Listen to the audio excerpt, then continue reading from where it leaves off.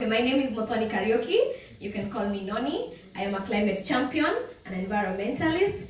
I am the founder of Green Age Warriors, which is an environmental initiative that advocates for justice and inclusion of local communities. I come from a very local community in eastern Kenya, Embu County, Mbeere, which is an urban area, which influenced me to get into this space and represent my community. So when I'm standing here, I'm representing those small communities. I'm carrying a whole village with me. So thank you so much for this opportunity. Thank you for this platform. And we want more of this and more inclusion, especially of young people and local communities. So let me go straight into the presentation for Group 2. And we started with the challenges, which we also saw that these challenges were also opportunities and gaps which are needs. Sorry, Mothoni, can we all see? I mean, it's just me. Yeah. Can you increase the font? Is that better? Can we all see? Okay.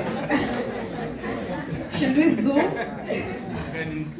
Also, I'm a young career journalist. So as a Gen Z, I tried to use this space to break down these big words like, which is the big word today? What? Yeah, so we use that space to break down this, hard words in the climate space, so that they find that it's not just a very big hard word. It's actually something maybe they've gone through. It's something that's around them, so that they're able to be part of the solution. So the first one we saw is lack of trust among stakeholders. As our host told us today, we found the first leakage from the last presenter. And when you look at it, that we do not have trust among the people who are working in the space. Maybe some people are more concerned about taking the credit, really not about the impact. So we call for everyone, let's come together, let's work together. Don't worry about who is getting the credit or what, as far as we're having the impact, because that's what matters most. And we need, that sustainable partnerships across all platforms. The second one we found is technology. That's a big challenge. We have inadequate, appropriate technology. And we are living in a digital era, unprecedented digital times. So we need to have solutions that are digital. And we find that that's a big gap when you compare especially the global north and the global south. That's a very big gap that's needed and a challenge that needs to be addressed. The third one, we have imbalanced inclusion of all players. You find that in the key decision-making spaces, there's lack of key players, especially, let's start with local communities, the CSOs, and also most of these people who you find that these people are the people who are most affected by these problems, but yet they are not included in these spaces. When you go to those, when you go to those big climate conferences, we lack the proper inclusion of these most affected people. So that's a big challenge that needs to be addressed. We also have inadequate technical capacity to embrace new technology ideas. The ideas come, the technology maybe is there available, but we do not have enough capacity, training across, the people who are needed to help find these solutions. So we need that capacity building so that we are able to adapt into these new technological ideas. The other one we have is inadequate finances and also limited access to grants and climate finances. We have the finances that we don't have as much as we need. As the presenter before from Group, I think 2, I'll call them Group 2, or Group 1 said, no, we are Group 1. From Group 2 said that we don't need more loans. We need, for example, grants, so that as we make this transition, we are not burdening these other, small countries with more loans and more of this unfair taxes and all. We need the access to grants to be adequate. And then we have number 6, lack of awareness and public education on the opportunities. We have lots of opportunities.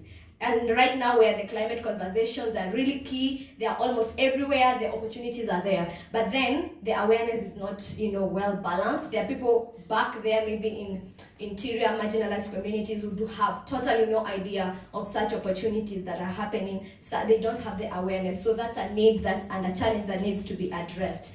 Then the 7th one is access to available data. We have data. We have data, but again, there's a challenge to access. And then that comes back again to the technology issue, because most of this data also you can easily access online. But then again, we don't have available maybe technological enough technology for everyone across all aspects to access that data. So those are some of the challenges that we saw could be addressed, and they become needs also. So I'll move on to the opportunities. The first one we saw was the policies and regulatory frameworks that support transition. That's an opportunity that we need to tap into, get more policies and regulations, and also the ones that are there, we need to strengthen them. Because not that we do not have them, we have them, but we can strengthen them. So that's another opportunity in this space. We also have political goodwill. Right now, led by our president, who is very focused on these climate conversations. That's an opportunity. If you can easily walk into a room and start a climate conversation or an environmental conversation, and there's already goodwill. So we need to tap into that opportunity and make transition and make that bear fruit. Okay, lack of a better word. The other one, we have stakeholders mapping and consultations. Yes, stakeholder mapping and consultations. That's an opportunity. Mr. Kendigo told us that in Kenya, everyone knows across the world that it's very easy to come to Kenya and start something and it peaks. Because we have organized groups from the young people going upwards, government and all. So if we can map out really and tap into that resource, because we are well organized, we have good policies, so it's a good opportunity for us to tap into. The other one, we have partnerships. We have existing formalized groups, development partners, CSOs, non-formalized. So as we know, alone you can only do so much. So an opportunity here that we can tap into is partnerships across all aspects. Bring everybody on board. We need everybody on board across all aspects of life. So let's really maximize on sustainable partnerships. We also have employment opportunities. And I will add that to the 6th point, which is skilled, innovative, dynamic, and untapped human resource. And starting with the youth, we are the largest population. That's a really big opportunity. And already, as you can see, it's a movement already. And the key word here was untapped. Untapped, because they have the time, they have the skills, they have all these innovative ideas, but they remain untapped. So that's a very big opportunity that we can leverage on. Let's leverage on these, young people.